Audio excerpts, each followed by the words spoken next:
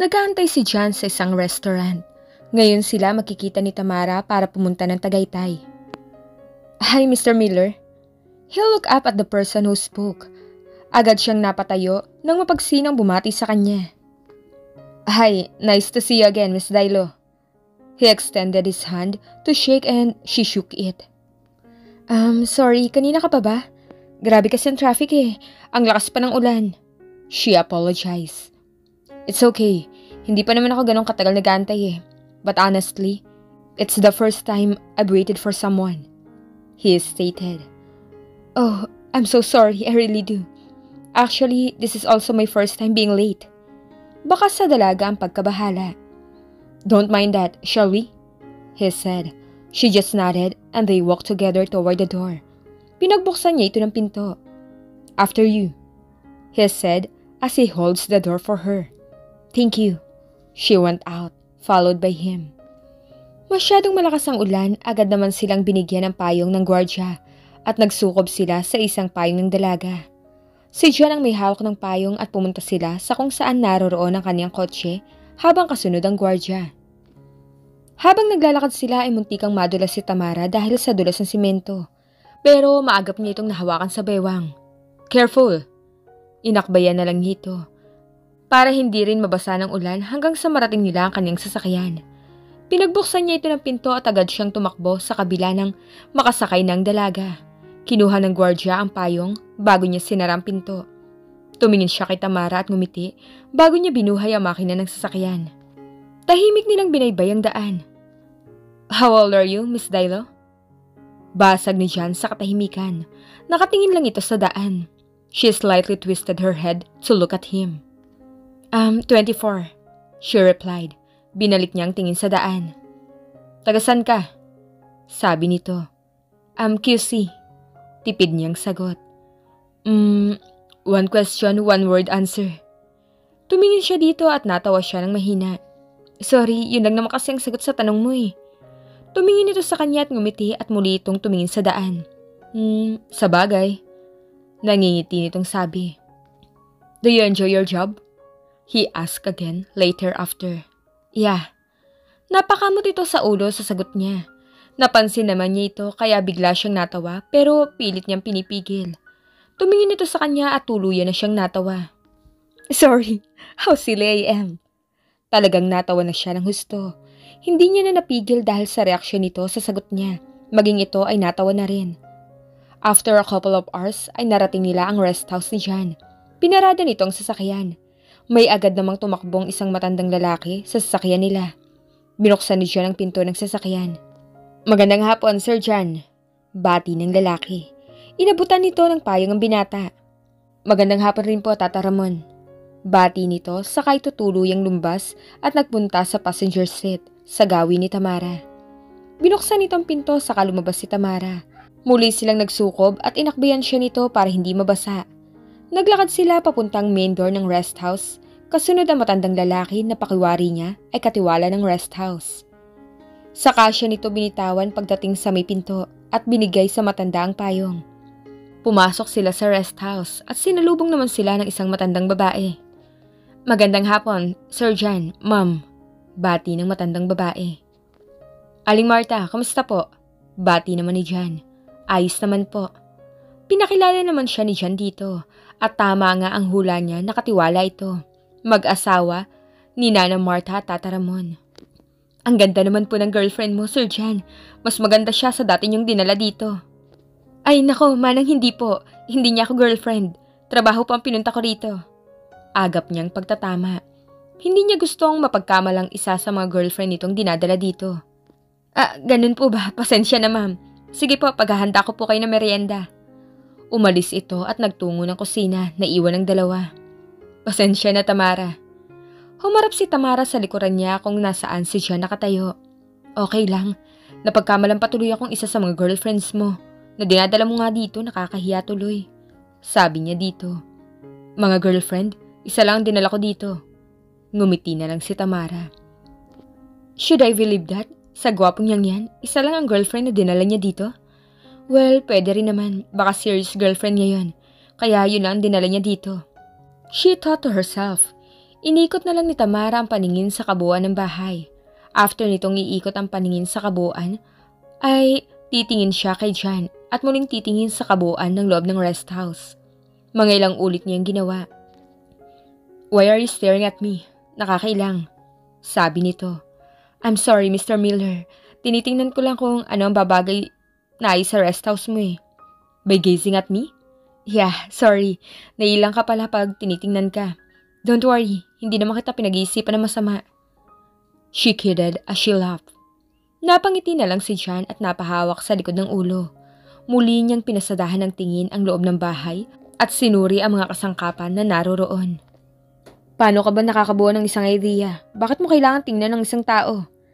He was standing behind her with his hands in his pockets. She faced him. "Through their personality. May mga tao naman kasi na sa isang tingin mo pa lang, makikita mo na kung ano gusto nila. Hindi mo gusto ang ganitong ayos, di ba?" Tumango ito. "Yeah," tipid nitong sagot. "Because it's too feminine. You look very manly. At ganun ang gusto mo sa ayos. Simple but relaxing. Am I right?" He pulled his hands from his pocket and crossed his arms over his broad chest. "Impressive," he said, and the one side of his lips curled up. Napatitig si Tamara ng ilang sandali dahil sa half smile na yun, at wala sa loob na napailing. "What's wrong?" he asked, creasing his brows na malamang inapansin ang paggiling niya. "Nothing." Mabilis niyang sagot sabay talikod dito. God, adorable half smile. Her thought.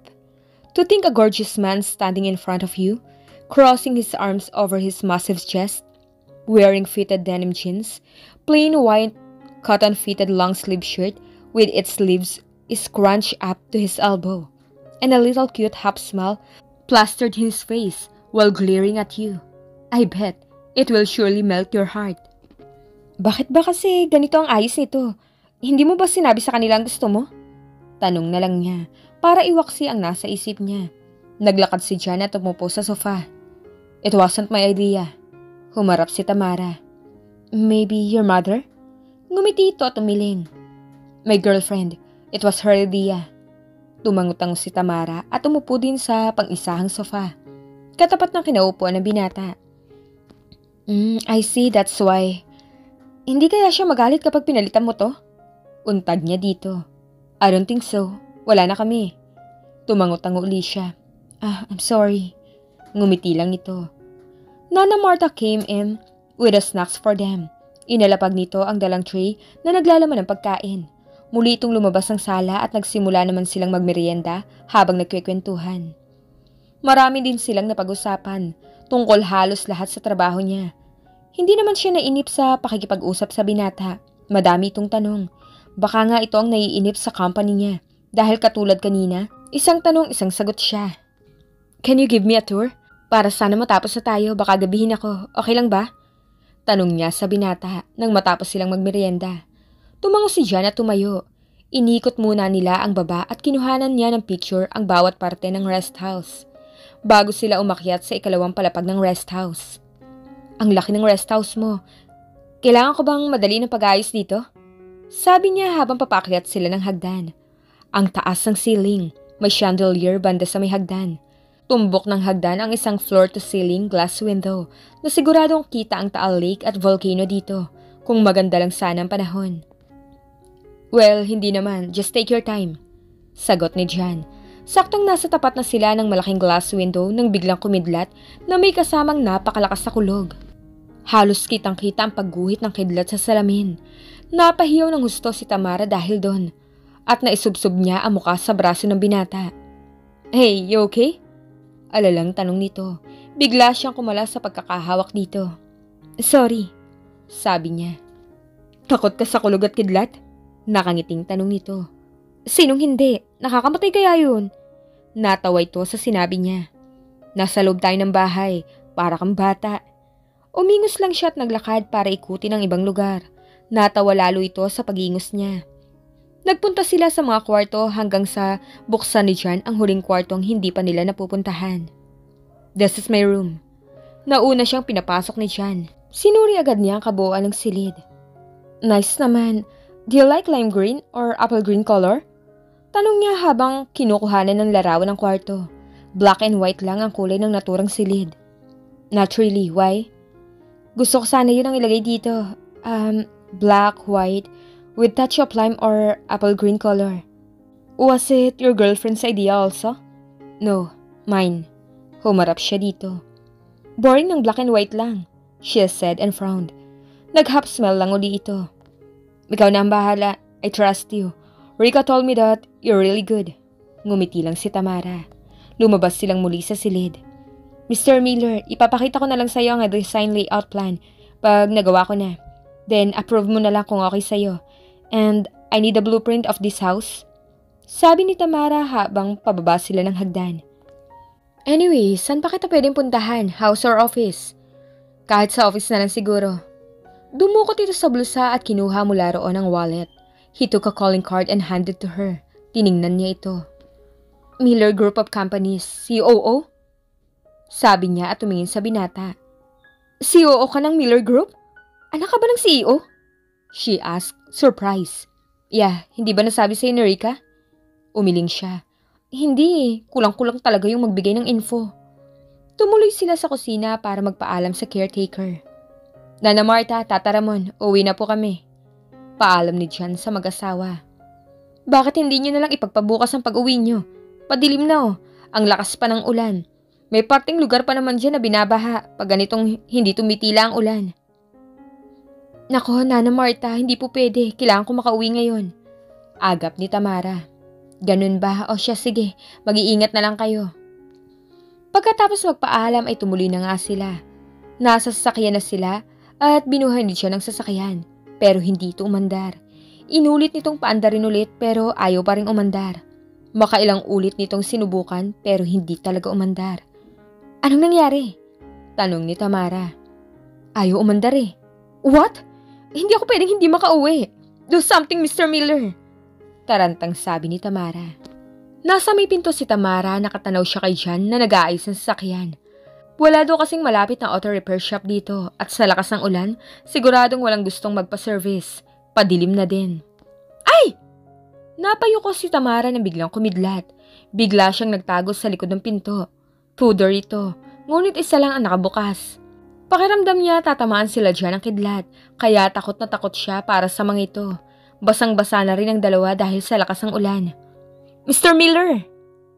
Malakas niyang tawag, pero nilamon lang ang malakas niyang boses ng malakas na ingay na nagmumula sa ulan. Kinuha niya ang payong para puntahan ng dalawa, pero mukha siyang tanga na bigla na lang magtatago dahil sa kidlat. Kaya mo yan, Tams. Pagpapalakas loob niya sa sarili. Binuksan niya ang payong at mabilis na tumakbo palapit kila Jan. Mr. Miller, halika na, hayaan mo na yan, basang-basa ka na. Sabi niya hustong makalapit dito. Ha? Hindi pa tapos eh. Ay! Sigaw uli niya na napapikit pa dahil sa kulog at kidlat. Bilis na, baka tamaan kayo ng kidlat, hayaan mo na yan. Akala ko gusto mong umuwi. Hindi na, bukas na lang. Are you sure? Oo nga, ang dami mong tanong eh. Ay! Sigaw na naman ni Tamara. Natawa ng mahina si Jan dito. Sinara na lang nito ang hood ng sasakyan. Saka sila bumalik ng rest house. Naku, basang-basa ka na tuloy. Sabi niya pagpasok ng rest house. Sorry Tamara, bukas na bukas magpapatawag ako ng mag-ayos ng sasakyan. Hinging pa umanhin ni Jan. Sige, okay lang. Huwag mo nang isipin yun. Akit muna ako. Magpapalit lang ako ha.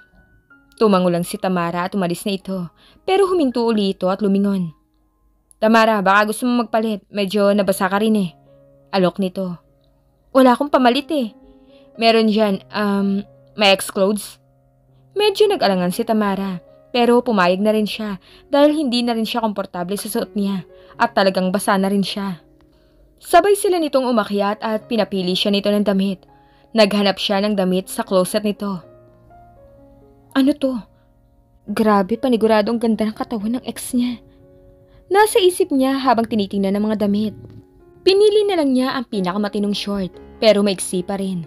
Cotton white short and yellow fitted spaghetti top ang kinuha niya. Gusto niya sana ng t-shirt and pajamas dahil sa sobrang lamig. Kaso mukhang wala naman. Nahiya naman siyang hanapan pa si Jan ng gusto niyang isuot. Okay na to, salamat. Wika na lang niya. Sinamahan siya nito sa guest room. Sir Jan, handa na ang pagkain. Nasaan na si Tamara? Tanong ni Nana Marta. Tumayo si Jan na nakaupo sa sofa. Tatawagin ko po. Aakyat na sana siya pero nakita niya itong pababa na ng hagdan. Basa ang buhok nito at suot ang damit na pinili nito. Nakatingin lang si Jan dito habang pababa ito ng hagdan. Parang namagnet ang mata niya dahil sa pagkakapako ng paningin dito na walang kakurap-kurap. Kanina naka-jeans ito, t-shirt and heels lang ito pero ngayon bigla itong nag-transform sa isang kaakit-akit na babae dahil sa sobrang ganda ng katawan nito at sa suot nito. Kitang-kita lalo ang magandang hubog ng katawan nito, maging ang makinis at bilog ang mga hita nito. Mukha siyang ewan na nakatanga lang. Hindi naman siya ganito. Marami na siyang nakikitang babae na mas lantad ang kaluluwa kung manamit. Pero ito siya ngayon at naaakit sa babaeng isang simpleng pambahay lang ang suot. Tamara, akin na yung damit mo. Lalabhan ko na para magamit mo bukas. Sabi ni Nana Marta pagkababa ng dalaga. Wag na po Nana Marta, ako na lang po. Sobrang abala ko na yan sa inyo. Tanggi nito. Hindi, ano ka bang bata ka? Sige na, akin na. Kinuha ng matanda ang damit mula sa kamay niya. Tatanggi pa sana ito nang magsalita na siya. Sige na Tamara, ibigay mo na. Wala nang nagawa si Tamara, binigay na lang nito ang damit. Tara na, dinner na tayo. Nagpunta sila sa dining area at umupo. Pinakausapan na rin niya ang katiwala na wag na munang umuwi. Humigop agad ng soup si Tamara. Marahil sa sobrang lamig ng panahon, napangiti si Jan. Hindi niya maintindihan, but he finds her cute. Cute talaga nitong tingnan na humigop ng sabaw dahil sa parang aligaga ang kilos nito. Napatingin naman si Tamara sa kanya at napangisi nang mapansin nitong nakatingin siya at nakangiti. Sorry, ang lamig kasi. Sabay higop uli ng soup. Ang tindi naman kasi ng damit ng girlfriend mo. Wika uli nito. Hindi ka ba komportable sa suot mo? Tanong niya at humigop din ng soup. Hindi naman, ayos lang. Kaso ang lamig lang. Sagot nito at pinagpatuloy ang pagkain. Natapos silang kumain at nanghingi si Tamara ng toothbrush bago ito umakyat. Nagkakaroon na kaya ng pagtingin si Jan para kay Tamara?